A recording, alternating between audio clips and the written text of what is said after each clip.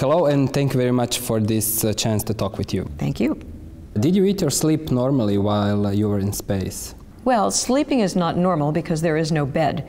So you get in a sleeping bag and you strap yourself into the sleeping bag and you are essentially sleeping while you're floating, which is not normal.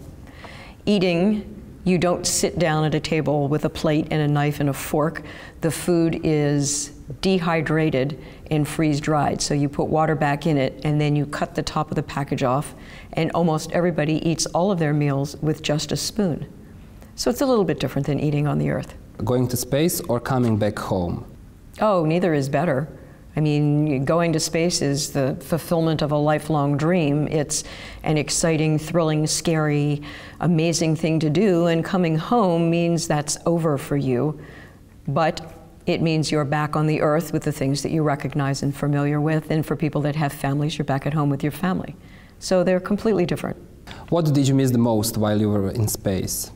What I probably missed the most was a really good shower. Why? Well, the way you take a bath in space is to stick a ball of water on you and then sort of rub it around with a little bit of soap and then take it off. So you don't have that feeling of being really clean all the time. I mean, you get yourself clean, but it's not like standing under nice hot water running down over you. What's your favorite place on planet Earth? Oh, Croatia, of course. Really? I have to say the coast was really beautiful. Thank you very much for this chance to talk with you. Thank you.